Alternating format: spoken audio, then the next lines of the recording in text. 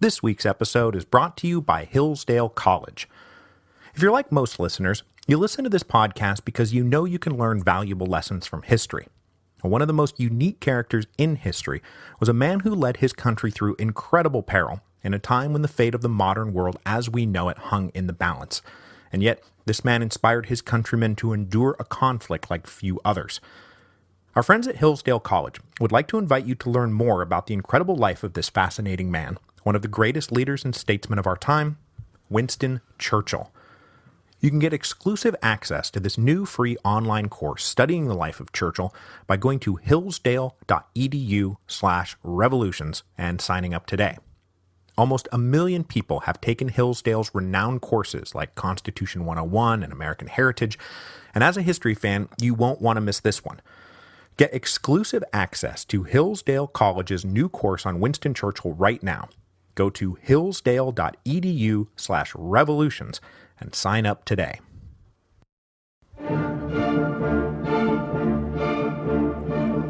Hello, and welcome to Revolutions. Episode 4.12, Toussaint's Clause. So we left off last time with the reaffirmation by the Directory in January 1798 that liberty and equality would remain core pillars of colonial policy. But, if you'll recall, the third pillar to the Directory's colonial policy was unity. The goal of the Thermidorian Republic was to totally integrate Saint-Domingue and every other French colony into the French nation, one and indivisible. So that meant that they weren't going to tolerate the kind of independent authority currently being wielded by André Rigaud and Toussaint Louverture. Since first word of the Estates General had reached Saint-Domingue way back in 1788, nearly 10 years ago now, powerful factions in the colony have been bucking the metropole's authority. Whatever faction happened to be most powerful in the colony at any given moment always seemed to have an eye on independence. First it was the whites, then it was the coloreds, and now that Toussaint Louverture has ascended to power, he's clearly not interested in Paris telling him what to do.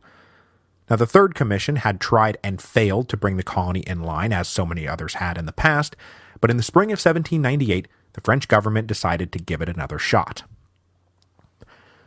Now, if you're surprised to discover that Saint-Domingue has been a hotbed of revolt and revolution for nearly a decade now, then this will really surprise you. We're now approaching the 4th anniversary of Toussaint Louverture's defection to the French. He's now been a general of the Republic longer than he was a general in the slave insurgency. And in that time, he has been a loyal and faithful defender of the Republic.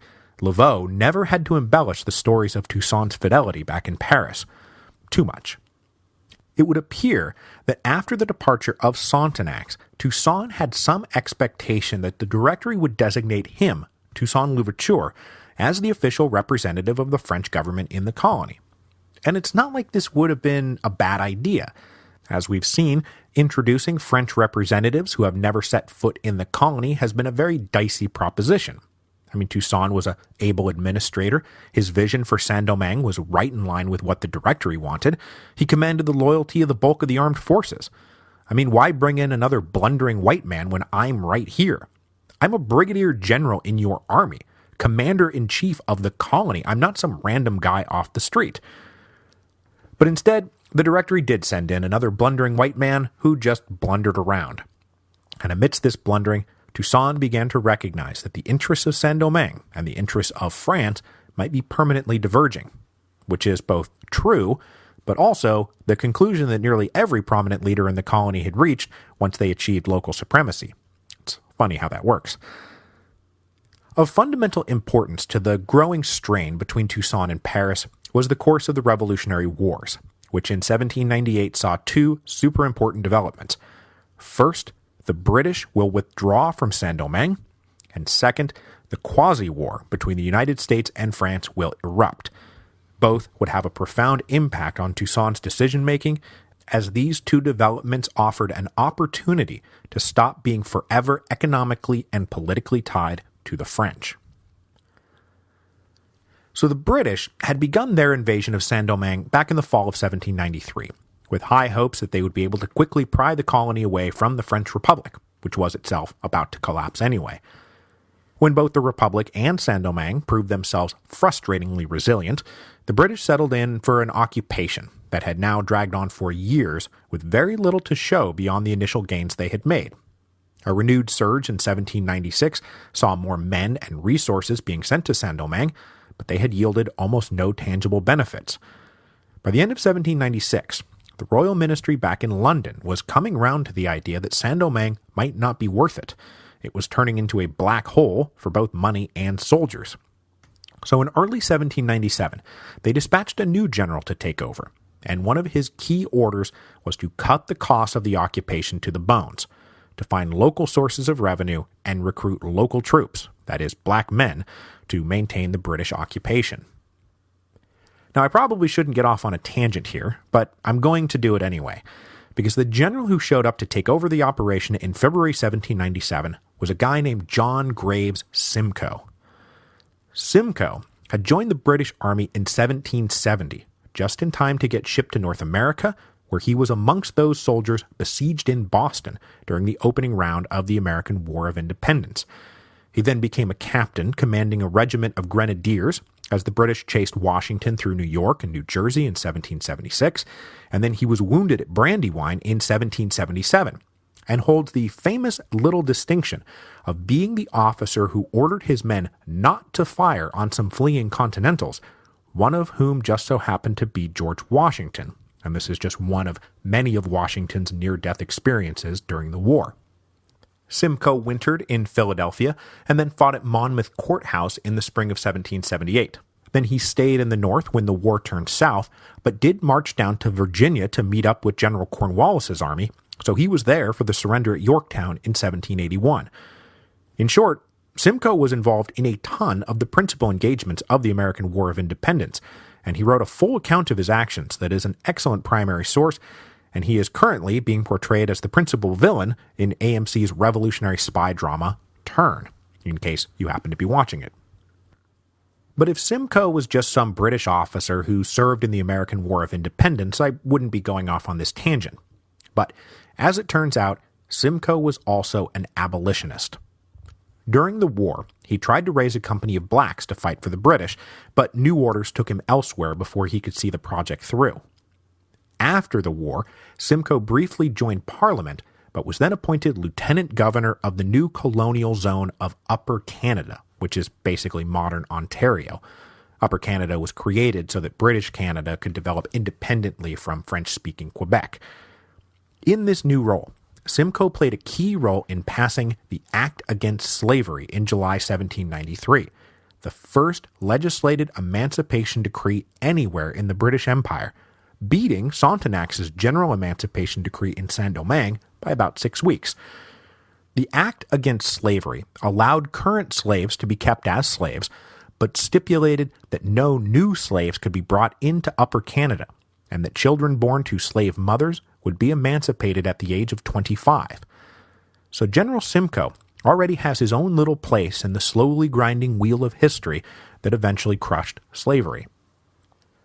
After returning to England, he was finally posted now to Saint-Domingue in February 1797, where, as I said, he was supposed to maintain the occupation on the cheap. And though official British policy was that slavery would be maintained in any areas they controlled, it's not hard to see that Simcoe might be a more believable face for the British to be putting on their efforts as they tried to recruit more blacks to their cause. In the end, the British had about 6,000 black men under arms, which was more even than André Rigaud had in his Legion of the South. With these forces, Simcoe made a play at retaking Mirabelais, and he did succeed in temporarily displacing Toussaint's forces, but they couldn't hold what they had taken, and Toussaint was able to move back in. And though the British did fend off a furious attempt by Toussaint to retake Saint-Marc shortly thereafter, they lost their hold on Port-au-Prince, and Republican forces retook control of the capital. So as the winter of 1797 set in, the British were like, this isn't going anywhere, and they appointed a new commander, one whose principal calling card was not that he was a friend of the blacks, but that he was incredibly skeptical of the British occupation and argued that it should be ended as quickly as possible. But just to finish up with General Simcoe, though, he went back to England, and in 1806 was named Commander-in-Chief of India, a post that he was supposed to take over from the recently deceased General Cornwallis, but Simcoe died in England before taking up the post. General Simcoe is a super interesting guy, so thank you for indulging that little tangent. In the spring of 1798, then, two new generals arrived from Europe who would help define the next stage of the Haitian Revolution. The first was the aforementioned British General Thomas Maitland, who would bring with him a clever new British approach to the situation, which we'll talk about at length here in a second. But first, I want to introduce our latest blundering white man from France, General Joseph Hedouville. Hedouville was, first of all, a noble. He joined the army of the Ancien Regime just before the Revolution, but had liberal enough notions that he stayed on as his brother aristocrats fled across the lines. He fought at Valmy and eventually became a brigadier general, but then spent 1793 bouncing in and out of the army as he was suspended, arrested, reinstated, and arrested again, all due to his very suspicious nobility. He landed finally in jail once and for all, and was likely on his way to the guillotine when Thermidor arrived and saved his life in July 1794. Now, one thing I've mentioned a few times now is the lack of care that the various French governments have taken in selecting the senior military officers who they were sending to Saint-Domingue. Now, Governor Blancheland was diligent enough, but he was weak and in over his head. That old man, whose name I can't remember, was outmaneuvered by the Second Commission and sent home like 3 days after he got off the boat. And then Galbaud. Galbaud got the job as a total afterthought and proceeded to trigger the destruction of Le Cap and mass emancipation. Not exactly what he had been sent there to do. Their only really good appointment was Laveaux. Laveaux was solid, but it's entirely likely that he got the job just because he was there already. So now we come to Hedouville, and once again, the lack of care in the selection process is going to make a mess of things. Hedouville was nominated and confirmed by the Council of 500 in April 1797, when colonial policy was being driven by the reactionary white planters, before they were all expelled in the coup of Fructidor later in the year. But then after Fructidor, instead of reassessing the candidate chosen by the planters to impose French authority on the chaotic colony, the Directory just kept Hedouville on and let him go. They don't appear to have ever wondered why the planters wanted Hedouville, nor if he was the right man to ensure that liberty and equality remained pillars of colonial policy. Because while Hedouville was liberal enough to have remained in the Revolutionary Army, he was totally retrograde on racial stuff, and the small cadre of officers he brought with him shared his retrograde views, and you can just bet Toussaint Louverture is going to love that. Hedouville's explicit mission was to reassert central control of the colony, that is, render it merely a Caribbean department, not an independent fiefdom. He was to restore property to white planters who had not been classified as émigrés. He was to make the colony economically productive again. But just to be clear about this, Hedouville is not coming in as a new governor-general, even though he himself was a military officer. He was a civilian administrator, because part of this reasserting of central control was putting the military under civilian administration. Now, Hedouville knew that putting the Saint-Domingue military under civilian administration had been attempted by the Third Commission, and in the South it had been a disaster that led to the massacre of the whites in Lacaille in the summer of 1796. And we know that he knew this because Hedouville carried an arrest warrant for André Rigaud, who the metropole blamed for the massacre. Though he did also carry verbal instructions to use the arrest warrant as a stick to bring Rigaud into line, and that if Rigaud played ball, Hedouville could cancel the warrant. So Hedouville's first act as the Directory's agent in the colony put both Rigaud and, even more especially, Toussaint Louverture on notice that they might have trouble with this new arrival. Rather than sailing into Le Cap directly, which was now run by Toussaint, Hedouville landed in Santo Domingo, over on the old Spanish side of the island, though it was still pretty much the Spanish side of the island. Neither Spain nor France had spent much energy completing the colonial transfer. There was a small company of French officials led by Philippe Rome who were now nominally in control, but in the main, life in Santo Domingo had not changed one little bit. It is generally supposed that Hedouville put in at Santo Domingo to get the lay of the land first and avoid immediately falling into the orbit of Toussaint Louverture. But while in Santo Domingo, he was given a very keen piece of advice by a French officer who had been serving on the island for years. Of Toussaint, he said, "With him you can do anything. Without him, you are powerless." And Hedouville would learn that for himself soon enough. With the arrival of Hedouville on the island, the new British general in charge of the occupation, Thomas Maitland, who appears to have done very little before arriving in Saint-Domingue, he's just an aristocratic officer who rose up the ranks, he got to work on his plans for the reorientation of British policy. In April 1798, he sent emissaries to Toussaint with some big news. "I want to discuss the terms of a British withdrawal from the colony." Toussaint was obviously all ears, and even more so when he got the terms. All Maitland wanted was assurances that whites and coloreds who had been living in British-occupied zones wouldn't be punished as collaborators when the British pulled out. Since this was exactly the kind of generous reconciliation Toussaint was all about, these were almost flawless terms for him. And that was kind of the point, playing to Toussaint. What Maitland was trying to do most especially was snub Hedouville, who was, after all, the official representative of the fresh government, and deal straight with Toussaint. Maitland hoped to create a rift between the new French administrator and his commander-in-chief, and then also build up Toussaint's ego a little bit. But Toussaint was nothing if not savvy, and he duly forwarded everything to Hedouville for consultation and approval. Hedouville said, "Yeah, this looks good, keep negotiating, and I'll be over there soon to finalize the terms." But Toussaint didn't want to wait for that. So he turned back to Maitland and said, "Let's make the deal.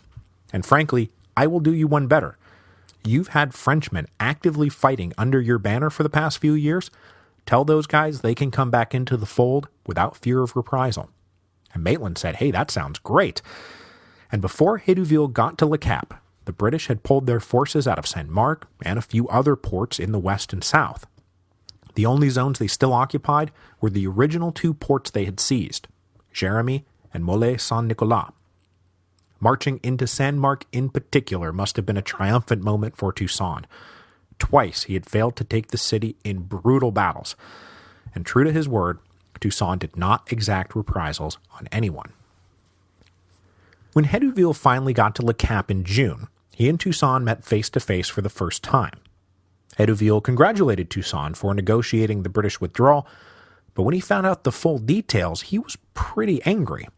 Official government policy was that men fighting for the enemies of the Republic were classified as émigrés and forfeited their lands. They were liable to be executed, not rehabilitated, and this was to say nothing of the fact that Toussaint had closed the deal without him. But if Hedouville was angry with Toussaint, it was nothing compared to how angry Toussaint got with Hedouville and his staff. These guys apparently did very little to hide their disdain for blacks and coloreds. They were free and open with their slurs, and insinuated that it sure was a good thing properly civilized white men were here to take over for the savages, playing dress-up with military uniforms that they had probably found laying on the ground.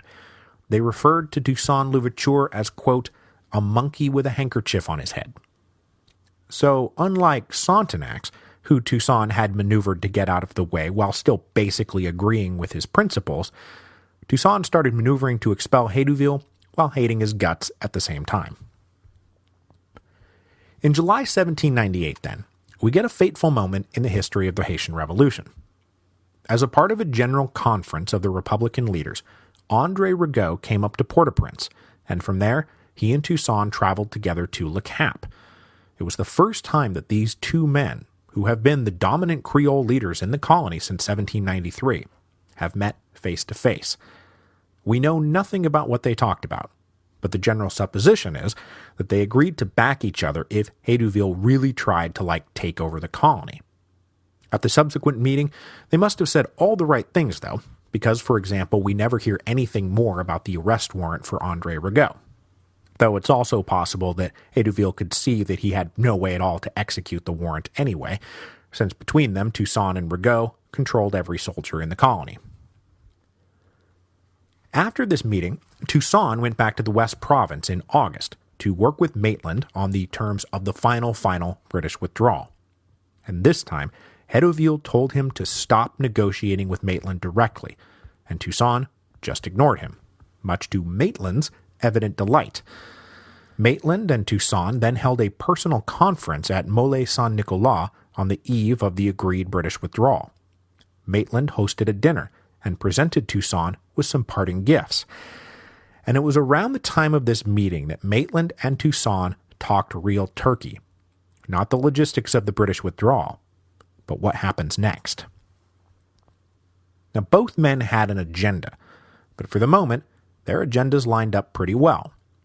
Toussaint was well aware that aside from labor troubles, the single biggest obstacle to reviving the colony's economy was the British naval blockade. He was also aware that one of the biggest boons to the economy would be if that blockade was not only lifted, but if Saint-Domingue could sell to British merchants. Now, this would of course been like treason against the French government, so we're only talking hypotheticals here, but that sure would be nice, and Maitland agreed that it would be a very enlightened course of action. Now, the one thing that Maitland really wanted was to make sure that General Toussaint didn't try to export slave revolution over to Jamaica. Now, Toussaint never appears to have really pursued this idea, but British spies knew that back in Paris, the Directory had been in favor of this idea, and that inciting a slave insurrection in Jamaica was a part of Hedouville's secret orders from the Directory. So, Toussaint and Maitland struck a side deal. Toussaint pledged not to allow the gospel of slave revolution to spread to Jamaica, and in exchange the British would lift the naval blockade. Now, there may in all of this even been some direct promises to back Toussaint if he wanted to make a bid for political independence, but Toussaint did not trust the British that far just yet.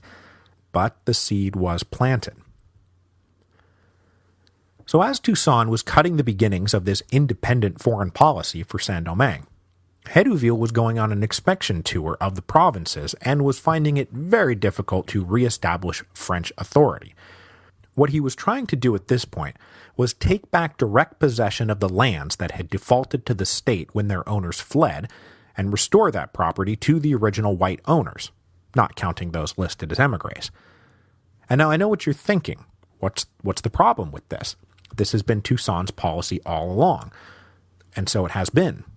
But now a crucial wrinkle has been added.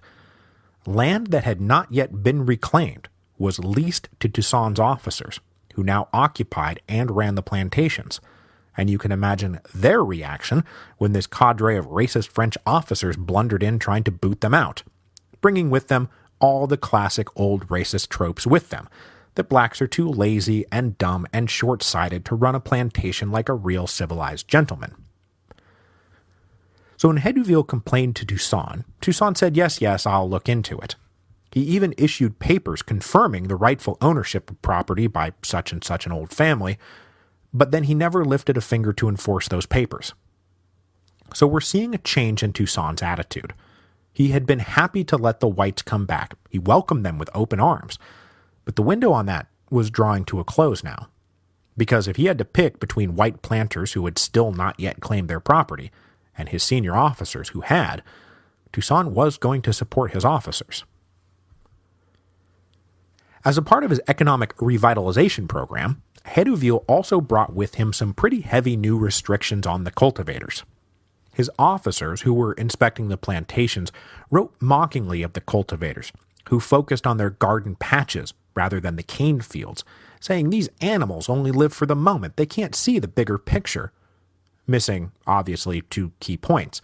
First, the economy of Saint-Domingue was still in shambles, and we actually do need food to eat. We can't live on sugar. And then, of course, second, bleep you. Harvesting sugar stinks. We're free citizens now, and we don't want to do it. If you want sugar so bad, you go harvest it. Bleep hole. So to make sure that the cultivators kept working, Hedouville implemented new labor codes, requiring cultivators to stay on their plantations for a minimum of 3 years, and up to 6 years in some cases, with stiff penalties for moving around. And this was greeted with angry shock by the black community. Remember, when Sontenax had decreed emancipation, he had said you have to stay on your plantation for 1 year. Well, that year has come and gone, a long time ago. and many blacks had taken the opportunity to move around, either in search of better conditions or to reunite with family. And now suddenly we're supposed to get locked back down again? It wasn't hard to see that this might be a prelude to re-enslavement, which was the omnipresent fear of the poor black community.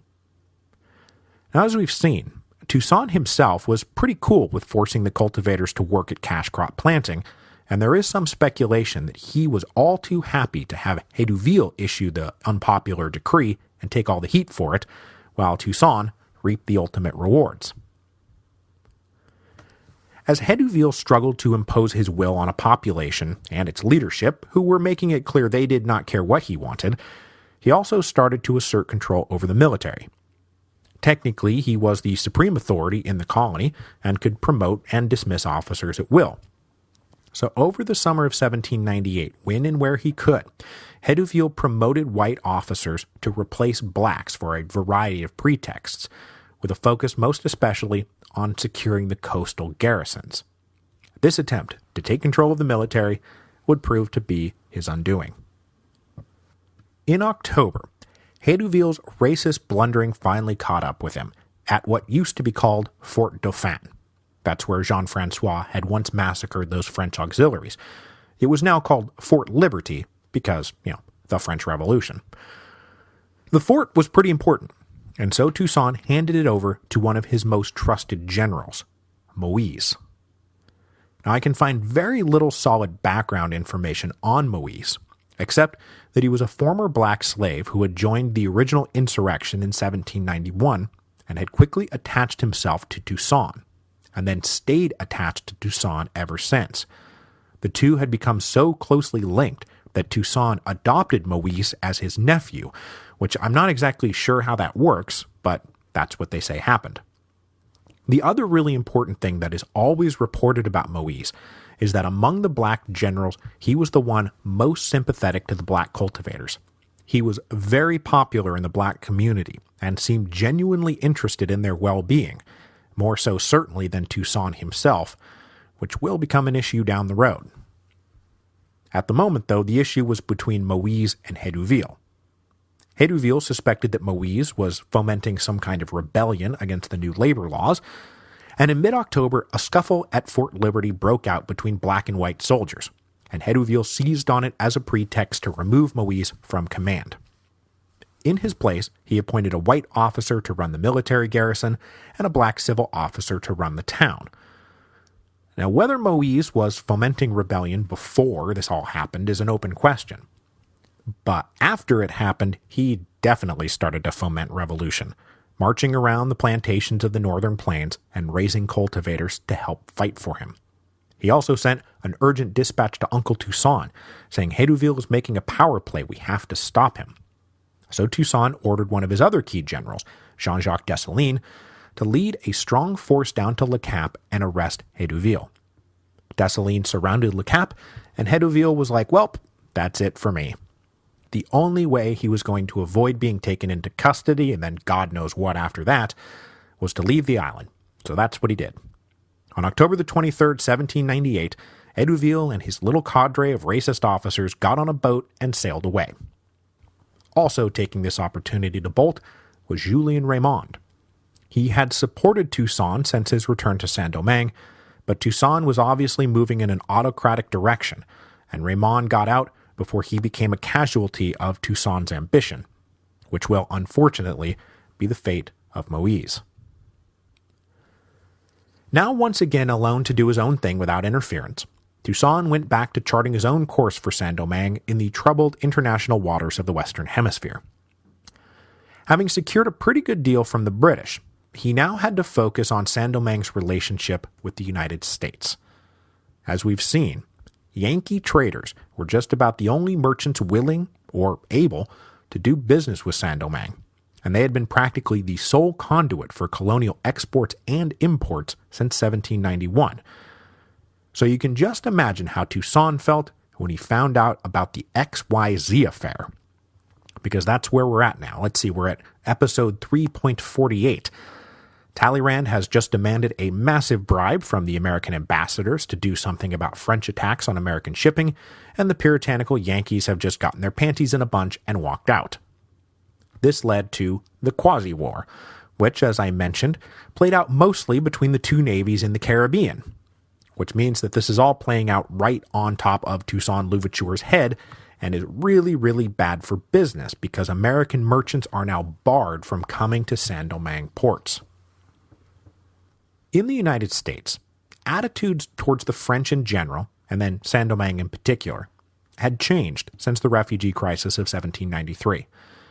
Anger over the XYZ affair had hardened public opinion against the French, and so when a new exodus of whites fleeing Port-au-Prince just before it fell in mid-1797 landed in Philadelphia, they were treated with hostility and suspicion, rather than sympathy and charity. Frenchmen with connections to Saint-Domingue were amongst those specifically targeted when the infamous Alien and Sedition Acts were passed in the spring of 1798. But this anger at the French didn't 100% transfer to Saint-Domingue. The northern merchants were suffering badly from the loss of trade with the colony, and they lobbied Congress to let them keep going. Meanwhile, over in London, the American ambassador to the court of St. James, Rufus King, started talking this all through with his British counterparts, and then wrote home recommending that if the Americans really wanted to hurt the French and simultaneously lessen the threat posed by this island of armed blacks, they should keep trading with Saint-Domingue. Give all those ex-slaves an incentive to work rather than forcing them in their desperation to take more drastic measures. Now this, of course, was great news for Toussaint Louverture, and after expelling Hedouville, Toussaint was able to make his own case to the American government for maintaining trade. In November 1798, Toussaint made his first formal approach to the American government. He wrote a letter to President John Adams, saying, "Look, this war has got nothing to do with me. We are not fighting you. We are not doing anything to you. In fact, all we are doing is being a great source of trade for your merchants that is as lucrative for you as it is necessary for us. My goal will always be to protect American shipping, not attack it. Please lift the embargo." As a follow-up to this letter, Toussaint dispatched two agents to Philadelphia. One, a white merchant from Le Cap named Joseph Bunel. The other, the resident American consul in the colony, a guy named Jacob Meyer, who was willing to vouch for Toussaint in the coming negotiations. These two met with Secretary of State Timothy Pickering, who was happy to receive them, because Pickering was a staunch Federalist and very pro-British, who absolutely had visions of breaking Saint-Domingue away from France, and this all seemed like a golden opportunity to do just that. In January 1799, Bunel then finally met with Adams in person and made the case for lifting the embargo on Saint-Domingue. But while he pleaded with Adams, a bill was already being drafted to do just that. The recent election of 1798 had played out in the midst of anti-French war fever, and the Federalists enjoyed their last happy election before being obliterated by the Jeffersonian Democratic Republicans in the years to come. But for the moment, the Federalists now controlled both the House and the Senate. So in February 1799, they passed a bill that first extended the trade embargo on the French, which was due to expire, and then second, allow the president at his own discretion to exempt certain regions from the embargo if those regions weren't actively involved in the fighting. Everyone knew that this was all just code for Saint-Domingue, and for the moment the bill was passed, it was referred to as Toussaint's Clause. President Adams signed the bill into law, and American merchants were once again allowed to trade with Saint-Domingue. Now this is great news for Toussaint Louverture, though the deal was not without future dangers. In bilateral negotiations between themselves, the British and Americans concocted plans to protect trade with Saint-Domingue by not allowing anyone but British and American ships to come and go. So ultimately, Toussaint was still at the mercy of powers beyond his control. And then the British and Americans also secretly agreed that this would only go so long as the war with France did. After that, they would reappraise their relationship with Saint-Domingue, which, after all, was a country run by insurrectionary slaves, which was a very bad example to be setting for the rest of the Western Hemisphere. If Toussaint was planning to declare independence from France, he was off to a great start. He had the economic support now of both the British and Americans, and was operating totally independently of the French government. He had secured his supply lines. He faced no foreign military threat for the first time since 1793, and he controlled the majority of the armed forces in Saint-Domingue. So that can only mean one thing. It's time for a final showdown with André Rigaud. Rigaud and Toussaint had been working as partners officially for years, but as we discussed back in episode 4.9, they had been quietly rivals for the loyalty of the blacks from the beginning, and Toussaint clearly had the upper hand. It was also pretty obvious that once Hedouville got back to France, that the Directory would send along another delegation or another commission, probably a bigger one this time, and possibly backed by armed forces. If they decided that Toussaint was a real threat, they could sail round and land in Le Caille, and then combine with Rigaud's Legion of the South and push north. None of this was implausible. And I don't know if Toussaint knew this at the time, but on his way out the door, Hedouville had written an official dispatch to André Rigaud that was designed to sow his own seeds of disharmony and pave the way for a possible future joint operation against Toussaint. Ever since Toussaint Louverture had been promoted to lieutenant governor, he officially outranked Rigaud. The dispatch sent by Hedouville absolved Rigaud of any subordination to Toussaint. It said Toussaint is not your superior, he cannot tell you what to do. And Rigaud was no doubt very pleased to see this officially confirmed, because he had never had any intention of letting Toussaint Louverture tell him what to do. Next week, the final showdown for control of Saint-Domingue will play out. Traditionally, the showdown has been described in strictly racial terms, that the blacks under Toussaint fight the coloreds under Rigaud. And while this is broadly true, it's not really true. Rigaud had black supporters and allies, Toussaint had colored supporters and allies, and it's not like Toussaint was fighting for black supremacy. He was still all about that tricolor vision for Saint-Domingue. But we'll get into all of that next week when we delve into the War of Knives.